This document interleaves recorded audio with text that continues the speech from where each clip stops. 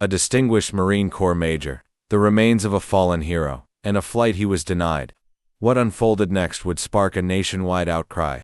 The airport was alive with its usual rhythm, families pulling along their rolling suitcases. Business travelers lost in glowing screens, children weaving through the crowd as weary parents trailed behind.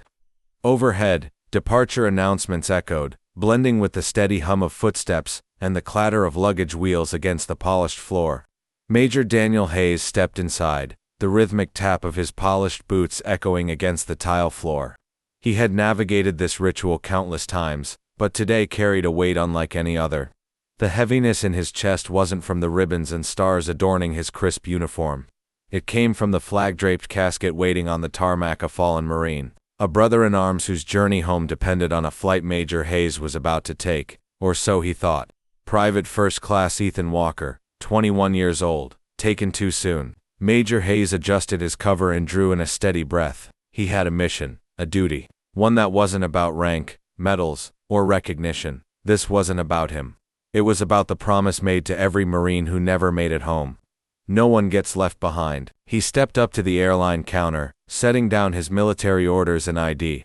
The woman behind the desk barely looked up at first. She tapped away at her keyboard, then frowned. A slight hesitation. Then she finally lifted her gaze. A pause just a second too long. "Sir, can I see that again?" Her voice was tight. Hayes slid the papers back across the counter, watching her closely. The flicker of hesitation, the quick glance at her coworker, the subtle shift in her shoulders, like she had just stepped into something she wasn't ready for. She turned and murmured something to another agent. He looked over, unreadable. The moment stretched, thick with an unspoken tension Hayes had seen before but never learned to ignore. When she returned, her smile was stiff, unnatural. "I'm sorry, sir, but there's an issue with your ticket. We can't allow you to board at this time." Hayes exhaled slowly. He had navigated war zones, negotiated in foreign territories, and dealt with bureaucratic red tape more times than he could count. But this was different. "I'm escorting the remains of a fallen Marine," he said, his voice even as he tapped the paperwork. "Everything is in order." The agent didn't look up. "I understand, sir, but there's a security protocol in place. We can't override it." Hayes kept his stance firm, his voice steady. "Security protocol." "Yes, sir," she repeated, forcing a weak smile. "It's just policy." He didn't blink, didn't move. "Policy? What policy?" Behind him, the line stretched longer. People shifting, whispering. He could feel their eyes on him, sensing the tension crackling in the air, but he didn't step aside. He squared his shoulders, his posture unwavering. He wasn't leaving without an answer. The airline staff wasn't budging either. The space around the counter grew heavier, thick with an unspoken pressure. The usual hum of airport chatter had started to fade. People were paying attention now. Something was about to give. A man in full military dress being denied a flight wasn't something you saw every day. Major Hayes stayed composed, his voice even. "Ma'am, I need to know exactly what the issue is. This is a military escort, not a personal trip. My documentation is valid." The agent hesitated again, her eyes flicking toward a cluster of airline staff in the back, whispering. Finally, a supervisor stepped forward, a man in his mid-50s, with a weary expression and a name tag that looked like it had been pinned to his shirt one too many times. He folded his arms, sizing Hayes up. "Sir, I apologize for the inconvenience," he said, his voice carrying that rehearsed professionalism people used when they wanted you to stop pressing. "But we have certain policies in place, and unfortunately, we can't override them at this time." That word again, policies. Hayes inhaled slowly through his nose. He'd seen this before, just in a different setting. "I've flown with military escorts before," he said, his frustration buried under years of discipline. "I know the procedure, and I know there's no policy stopping me from boarding. So, let's cut through the scripted lines. What's the real reason I'm being denied?" The supervisor cleared his throat, shifting his weight from foot to foot. "It's just an extra security measure. Nothing personal, sir. Nothing personal, right?" Hayes tightened his jaw, steadying himself. He'd sat in too many rooms where people hid behind vague explanations like this, where decisions were made behind closed doors. And the real reasons were never spoken aloud. But he wasn't about to let this go. Not today. They were testing him, waiting for him to crack. waiting for an excuse to call security, to turn this into his problem. But Major Hayes wasn't about to give them that satisfaction. The line behind him had gone quiet. People were watching now. A woman in a red blazer leaned toward her husband, whispering. A young man clutching his boarding pass frowned. Eyes darting between Hayes and the airline employees, trying to piece together what was happening. Then, a voice cut through the tension like a knife. Sir, do you have an issue with his military clearance? Hayes turned his head slightly. A man, a few spots back in line, had spoken up, older, maybe mid-60s, weathered face, a well-worn USMC cap pulled low over his brow, a Marine, a veteran. The supervisor's posture stiffened. No sir, this isn't about clearance, he said quickly. We just have to follow standard protocol. The Marine let out a sharp breath, the kind that came from years of dealing with bureaucratic nonsense. Yeah. I've been through airport security more times than I can count, and I've never seen protocol stop a Marine from escorting one of our own home. He folded his arms across his chest, his stance solid. So what is it, then? The weight of his words hung in the air. The supervisor's discomfort was obvious now. And Hayes, he knew the tide had just shifted. A ripple spread through the line. Murmurs turned into hushed conversations. Then, the glow of phone screens. People were recording. The air inside the terminal shifted, subtle at first, but undeniable. The staff felt it too. The agent who had denied Hayes stole a glance at her supervisor, uncertainty creeping into her features. The supervisor exhaled sharply, dragging a hand down his face. He looked at Hayes again, the weight of the moment sinking in. Let me check something, he muttered before turning and walking off. The agent at the counter suddenly found her computer screen fascinating, avoiding eye contact. Hayes didn't move. He stood firm, shoulders squared, eyes ahead. He wasn't going anywhere, and neither was this story.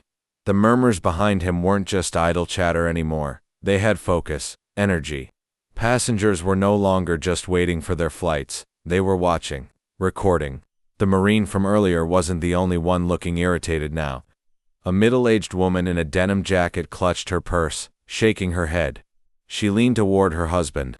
This isn't right, she murmured. A young man in a hoodie pulled out his phone, fingers flying over the screen. People were taking notice.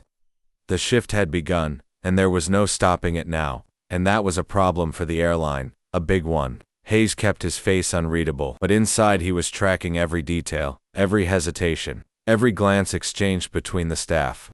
The supervisor still hadn't returned. That meant one of two things: he was either scrambling for an excuse or hoping this would blow over. Neither was going to happen. Then, a voice from behind him. Excuse me, sir. Hayes turned his head slightly. A young woman, no older than 25, stood a few feet away, phone in hand, her expression a mix of uncertainty and resolve. I don't mean to intrude, but I just want to make sure I understand. Her voice wasn't loud, but the way she spoke, slow, deliberate, made the people around her listen more closely. They're not letting you board. Hayes exhaled, shifting his gaze to the agent behind the counter. That's correct. The young woman blinked, as if she expected a different answer. She hesitated for a fraction of a second, then turned her phone screen toward him. I'm live right now, she said. People need to see this. And just like that, the floodgates opened. A man a few feet away lifted his phone. This is wrong, he said, shaking his head. This man is literally escorting a fallen Marine. Further back in the crowd, a woman's voice rang out. This is unacceptable. More phones, more murmurs, more people turning, watching, listening. The pressure in the room was shifting. The airline had lost control of the narrative, and Hayes knew it. Hey, excuse me. The young woman raised her hand toward the counter, her voice cutting through the uneasy silence. Can someone explain why he's being denied? A few people shifted, exchanging uncertain glances, unsure if they should step in. But the energy in the room had shifted. What had started as quiet murmurs had grown into something bigger, something the airline staff could no longer ignore. The agent behind the counter looked like she wanted to disappear. Her hands hovered over the keyboard, stiff, unmoving, eyes darting between the growing crowd and the camera lenses now trained on her. Then, the Marine from earlier stepped forward. He was done playing nice. I've seen a lot in my time, he said, his voice steady but edged with steel. But I never thought I'd see the day when an American soldier, especially one escorting the remains of a brother in arms, was treated like this. The terminal went eerily quiet, even the usual airport announcements, the distant hum of rolling luggage. The background noise of hurried conversations, all of it seemed muted, drowned out by the weight of the moment. The only sound now, the soft beeps of recording phones, capturing every second. The Marine squared his shoulders. This is a disgrace. The agent swallowed hard, her fingers trembling as she tapped at the keyboard again. The supervisor was still nowhere to be seen. Passengers whispered in hushed voices. A baby fussed in its stroller, the small sound somehow amplifying the heavy silence around them. The pressure was building, and it wasn't going away. But the mother, instead of soothing the child, was frozen, eyes locked on her phone, her expression twisted in disgust. Then, from somewhere in the back of the line, a voice muttered, "It's already trending." Hayes didn't move. He didn't need to. The world was watching now. The air inside the terminal felt heavier, thick with something unspoken, but undeniable. The supervisor was still gone. The airline staff stood in stiff silence. Phones were up, recording, tweeting, streaming, and then like a match striking dry grass it spread. The young man in the hoodie let out a low whistle, eyes glued to his screen. Damn, this is everywhere now. Hayes remained still. He knew better than to celebrate too soon, but he saw it the way the agent behind the counter tensed, fingers tightening on the keyboard. She knew it too. A woman in a denim jacket checked her phone. Her eyes widened. "Oh my God," she whispered to her husband. "It's already on Facebook." The older Marine exhaled sharply, reaching for his own phone. They have no idea what kind of storm they just started. Then, almost as if on Kutha Airport loudspeaker crackled to life. "Attention passengers. Due to unforeseen circumstances, Flight 237 to Phoenix will be delayed. We apologize for any inconvenience." A few passengers groaned, but most weren't listening. Their attention was here locked on the uniformed soldier being denied his flight while fulfilling his duty. And then, from near the windows, a young woman gasped. Something had just happened, something big, and Hayes could feel it. "He's on Twitter." The young woman near the windows turned her screen toward the crowd. People leaned in. A tweet, bold, capital letters. "They just denied a U.S. Marine major his flight while escorting a fallen brother home. This is how we treat our heroes." Hashtag Lathamfleet underneath. The numbers were climbing. Retweets, comments, likes. It was spreading, fast. Then another tweet. This one from a veteran advocacy group. "We are aware of the disgraceful incident happening at airport name. Our service members deserve better. Expect action." A ripple ran through the crowd. The realization sinking in. The airline had officially lost control of the story. The agent behind the counter, still stiff, still frozen, exhaled shakily. Then, without a word, she turned and hurried toward the back, disappearing behind a frosted glass door. She wasn't coming back with an answer. She was coming back with damage control. Hayes adjusted his cover. He had been in situations like this before, not in an airport, not like this, but in places where people in power suddenly realized they had made the wrong enemy. He wasn't smiling, he wasn't gloating, because this wasn't over. Not yet, because at the end of the day, this wasn't about him. It was about Private First Class Ethan Walker, the young Marine waiting to go home. And right now, that mission was still incomplete. The crowd wasn't just watching anymore. They were waiting. The air in the terminal had changed, charged, expectant. Then, finally, the supervisor returned. But he wasn't alone. A second man walked beside him, tall, dressed in a sleek navy suit, airline ID clipped neatly to his pocket. His pace was brisk, controlled. The kind of walk that belonged to someone used to putting out fires. He stopped just short of the counter, scanning the scene, eyes darting between Hayes, the Marine, and the sea of phones still recording. Then, he cleared his throat. "Major, I apologize for the miscommunication. There seems to have been an error with our system, but we're working to get you on your flight as soon as possible." Miscommunication. Hayes had been in the military long enough to know what that word really meant. It meant we got caught. It meant fix this before it costs us too much. He didn't respond right away. Instead, he let the silence hang. Let the airline rep feel it. The man shifted slightly, clearing his throat again. Finally, Hayes spoke. "I see," he said, voice even. "An error, you said." "Yes, sir. A regrettable mistake. We assure you it was not intentional." A few people in the crowd scoffed. The Marine next to him shook his head, unimpressed. The airline rep adjusted his ticklerly uncomfortable. We'd like to personally escort you to the gate now, Major. First-class accommodations, of course. First class, as if that was the point. Hayes didn't look at the airline rep, he looked past him toward the counter, toward the agent who still stood there, suddenly very interested in anything but his face. The same agent who had stiffly smiled while denying his flight, the same one who never even bothered to check before saying no. Hayes exhaled slowly. I appreciate the urgency, he said, but I need to clarify something. The rep nodded quickly, of course. Hayes kept his voice steady, controlled. If no one recorded this, if no one spoke up, would I still be standing here?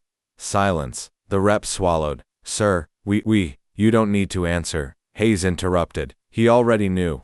Everyone in the terminal knew. Another pause. Then, a woman in the crowd murmured, he's right. The airline rep tried again, his voice thin. Sir, we sincerely apologize. Hayes shook his head. We both know this isn't about an apology, it's about accountability. A murmur of agreement rippled through the crowd. People weren't just angry anymore. They were done, and the airline knew it. They weren't just angry. They were disappointed, and somehow, that was worse. The airline rep knew he was losing control. He straightened his posture, shifting into a more authoritative stance. The kind people used when they were trying to regain control of a situation slipping through their fingers. Major, let's get you on your flight now. But before Hayes could respond, another voice cut in. Sir. A younger man in an airport security uniform had appeared beside the counter, phone in hand, expression tight. He extended the device toward the airline rep. I think you should see this. The rep hesitated before taking it. He scrolled. Then, his face paled.